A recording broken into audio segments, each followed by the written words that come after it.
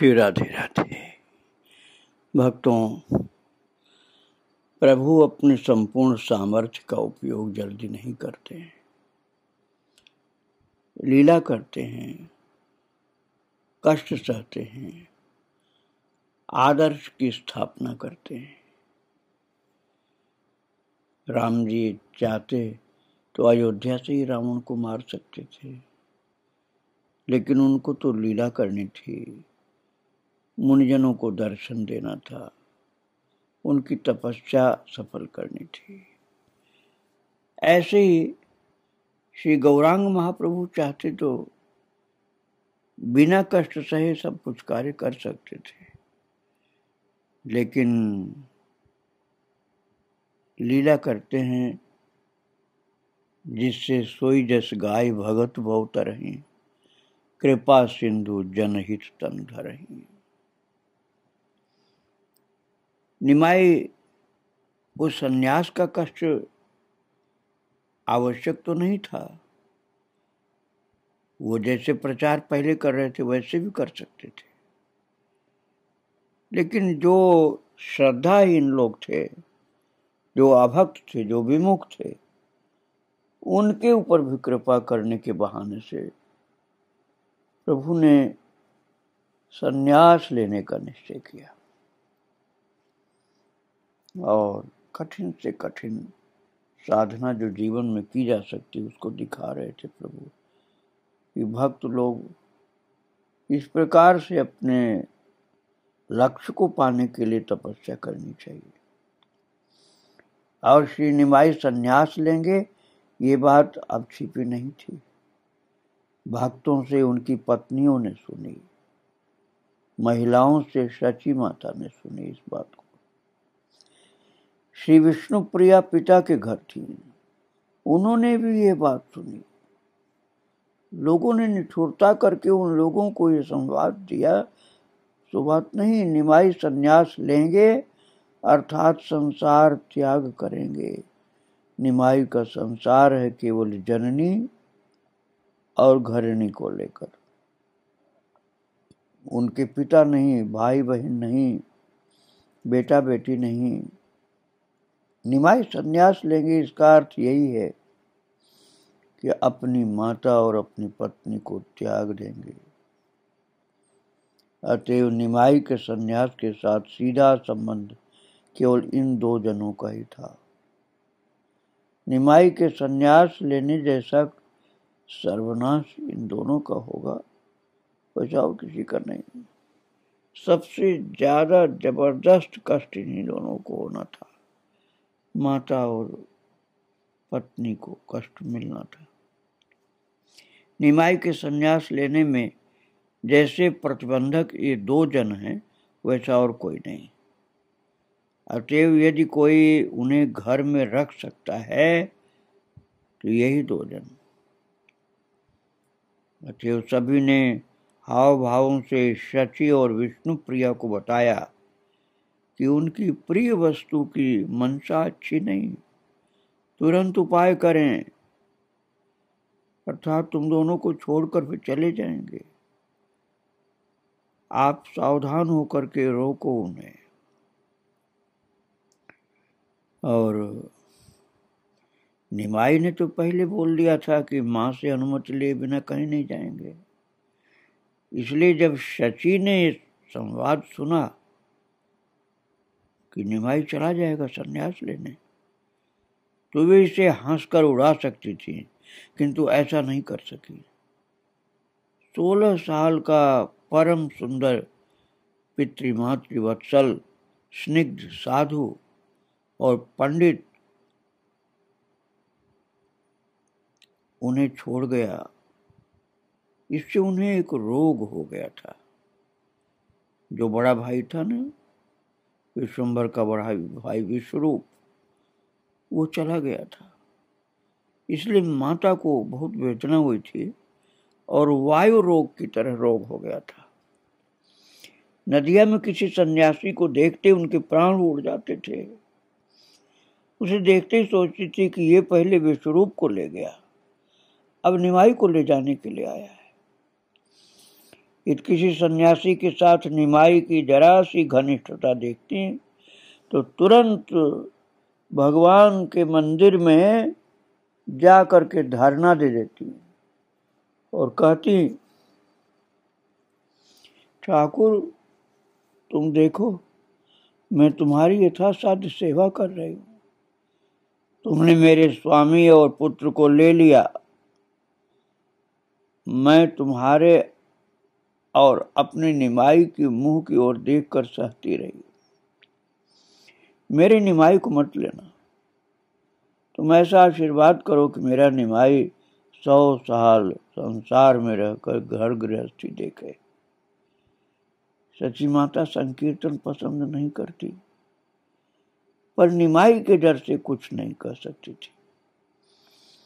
संकीर्तन आरंभ हो जाता तो वे बरामदे में बैठी तरह तरह से इस बात की चेष्टा करती कि उसे जल्दी जल्दी बंद करके सब घर चले जाएं और निमाई कमरे में आकर सो जाए।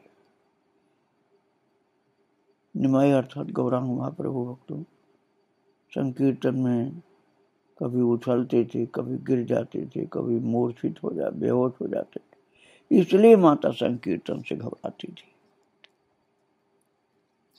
सामान्य संकीर्तन नहीं होता था ना उनका, जैसे आजकल बाजा लेके बैठ गए, बाजा बजाए, भगवान का नाम गा दिए, इतना ही मात्र नहीं था उनका।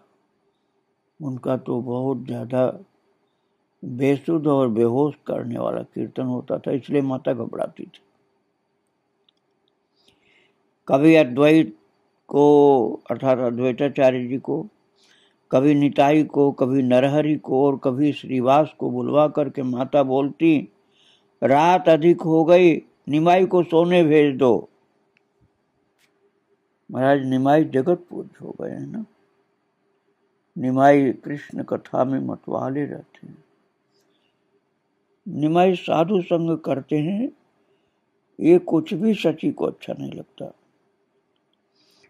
मोहल्ले की लड़कियों को बुला करके विष्णु प्रिया को भुवन मोहिनी वेश में सज्जित करा, पान दान हाथ में दे करके रात को पुत्र के कमरे में भेज देती हैं। तब सची देवी की संपदा की सीमा नहीं थी, अर्थात आनंदित थी और संसार की एकमात्र एवं संपूर्ण कर्त्री वही थी। निमाई का शयन कक्ष सुसज्जित कर दिया है। उत्तम पलंग, तकिया, मशारी प्रस्तुत करा, शयन कक्ष को सुख का स्थान बना दिया है।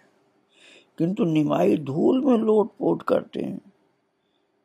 यही सची माता को अच्छा नहीं लग पाता था कि सुख से आकर के अपने शैया पर सोए, क्यों धूल में गिरता लौटता है।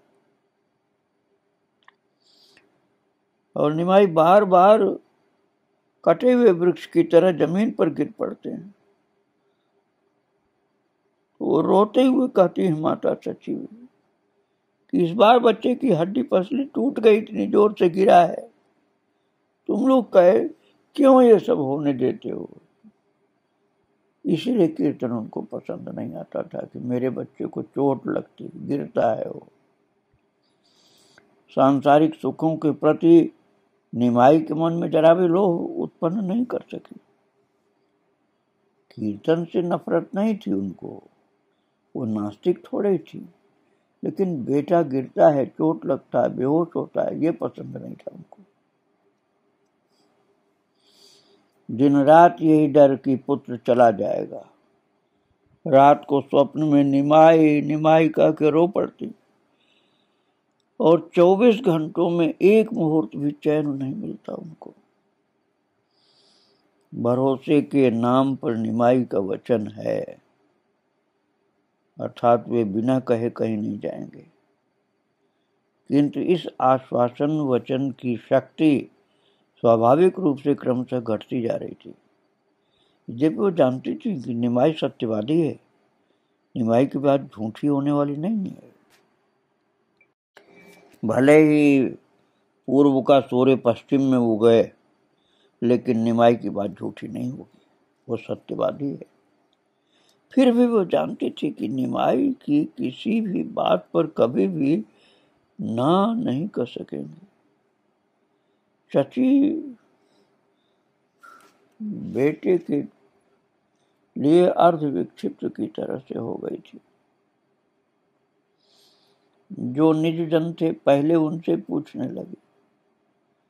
ये बात तो मुंह पर नहीं ला सकती थी कि निमाई संन्यास लेंगे। ये शब्द बोलने में माता को डर लगता था। संकेत द्वारा पूछती, जैसे तुमने सुना है निमाई क्या करेगा? वो क्या मुझे मझधार में डुबाकर भाग जाएगा? उन लोगों ने कहा कि वे इस उससे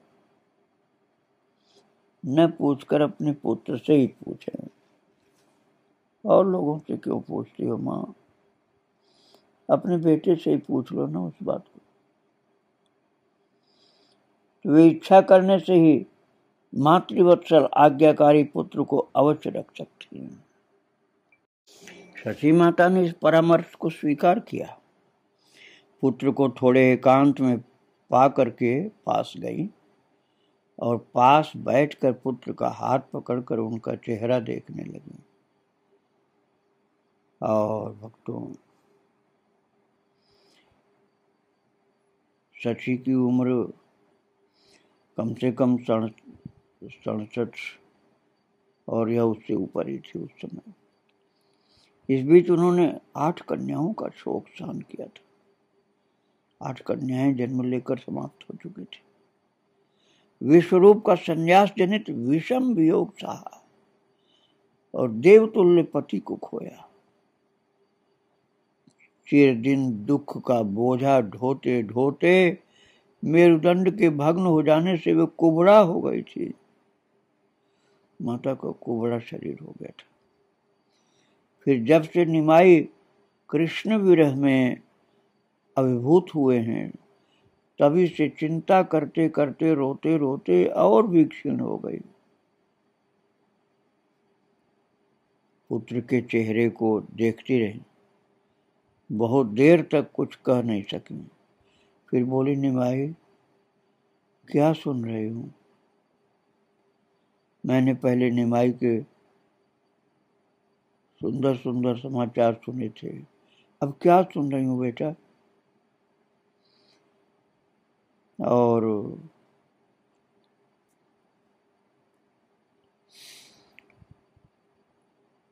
वो समझती हैं कि उनका बेटा बहुत अच्छा है।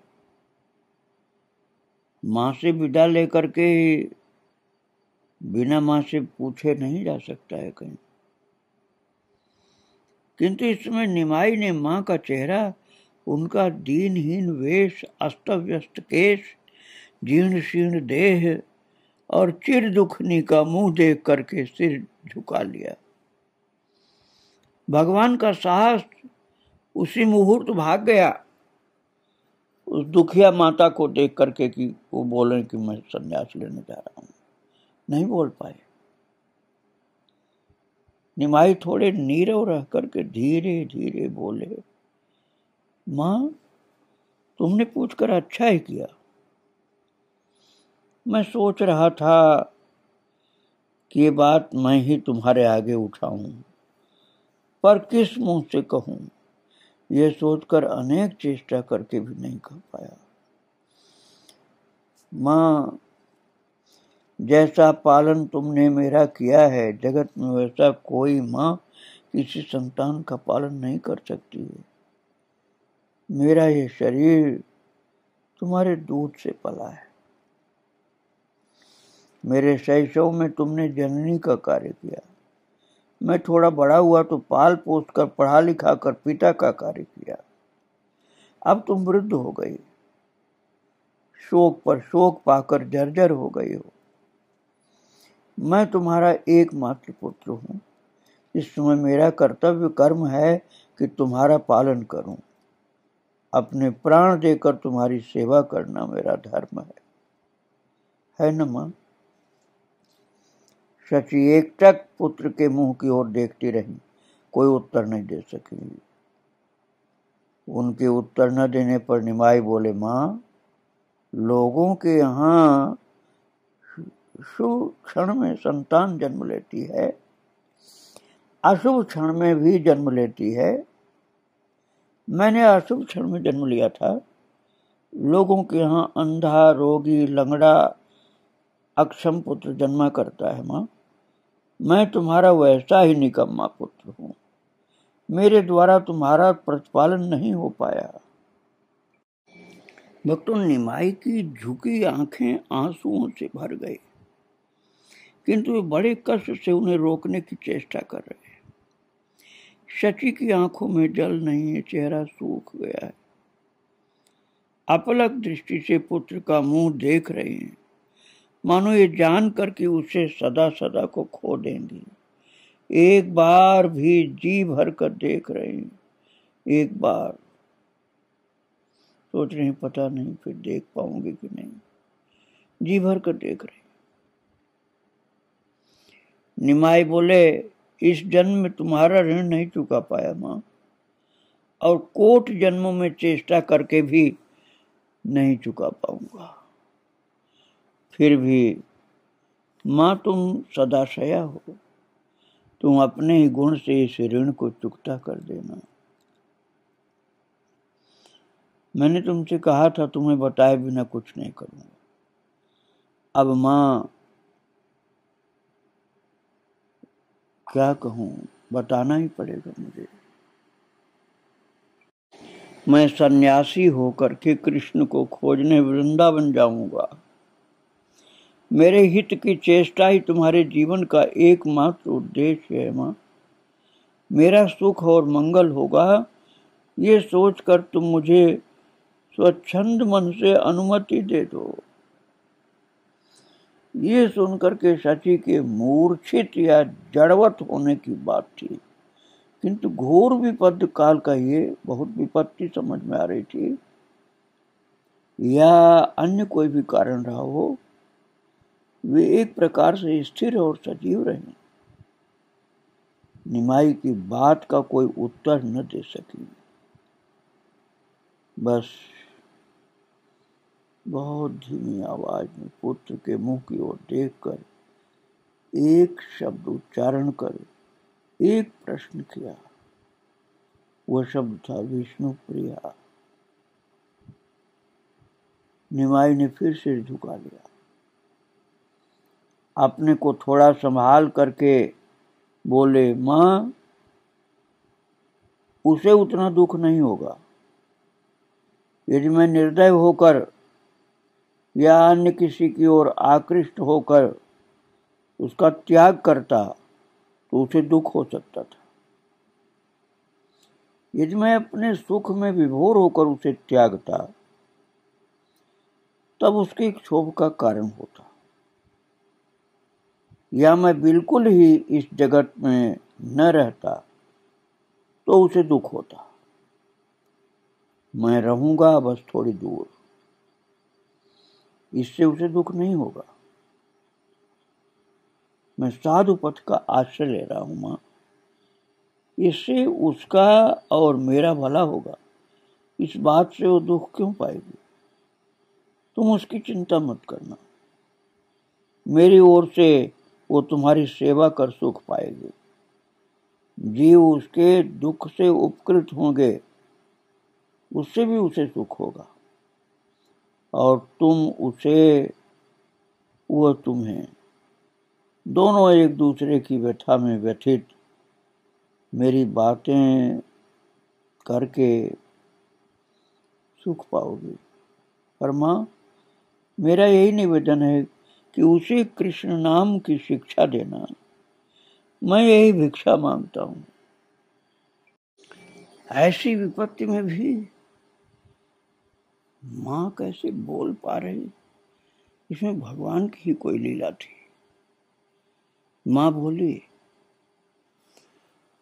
निमाई मेरी सदा ही एक साध रही, उसे मैंने मन में ही रखा।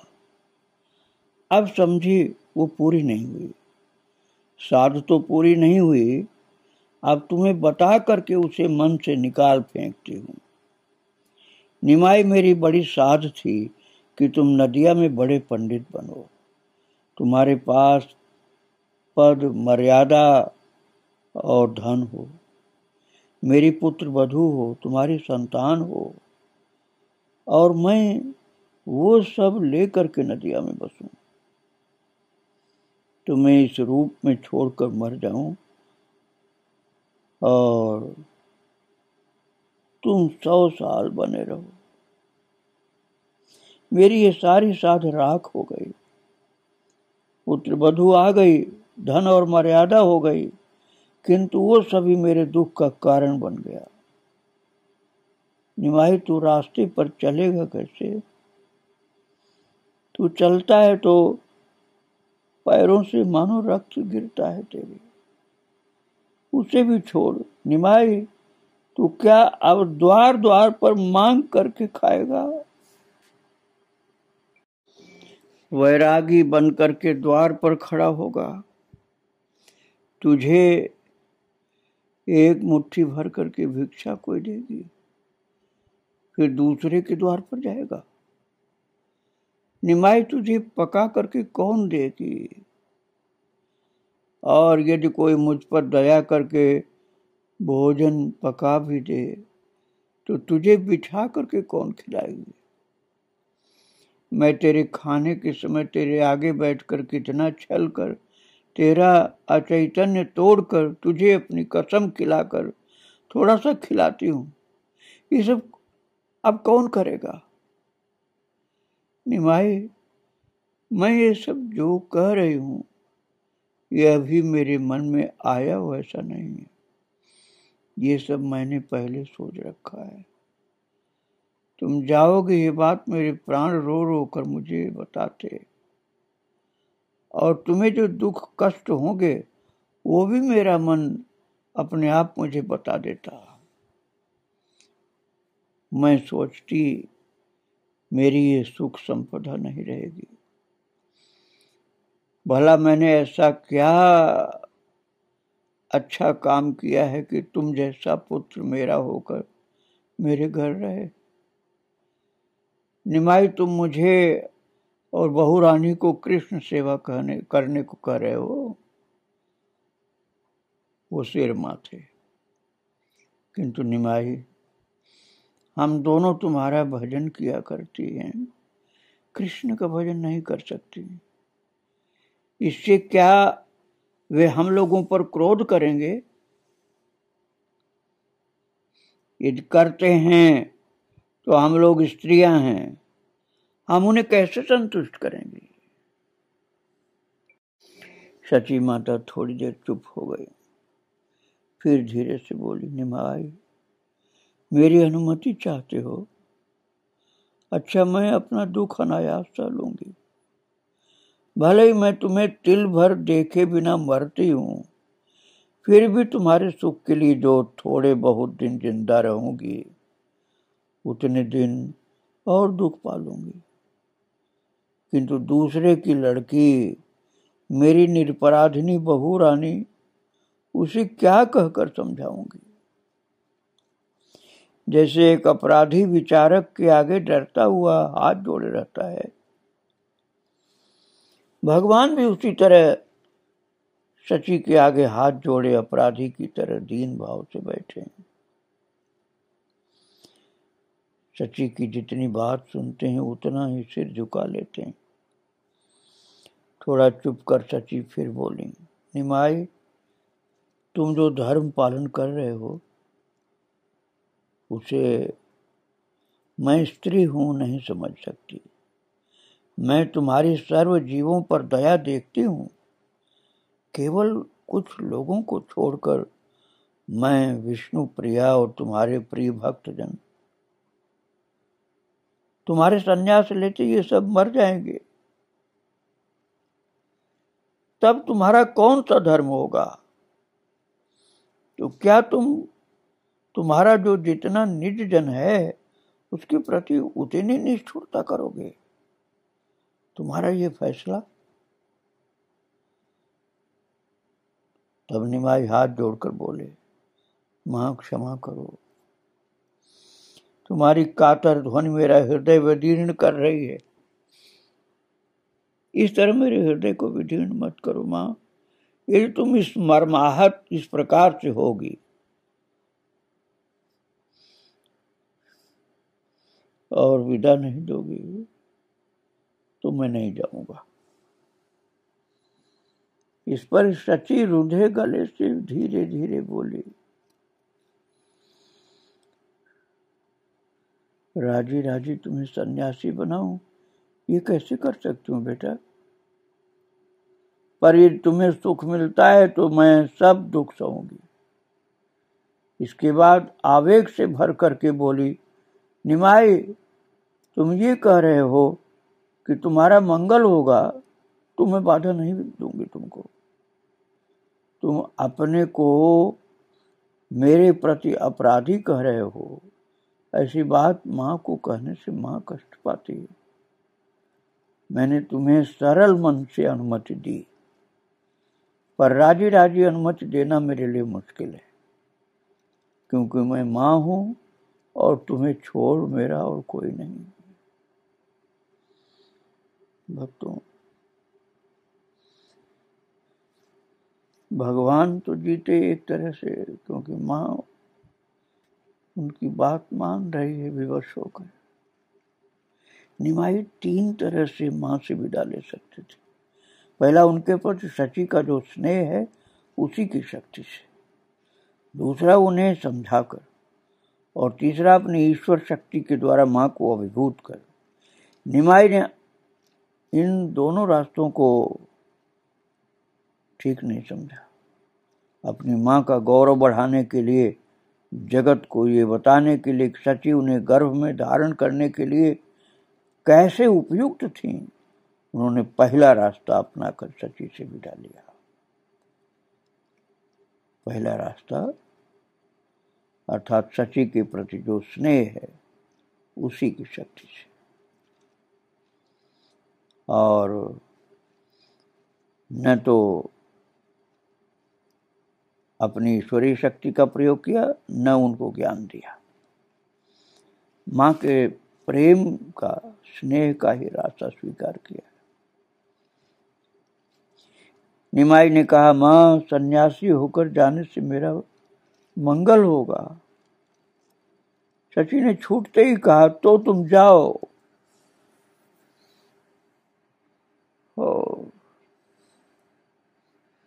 अनुमति देते ही शची के हृदय में दुख की तरंगें उठने लगी।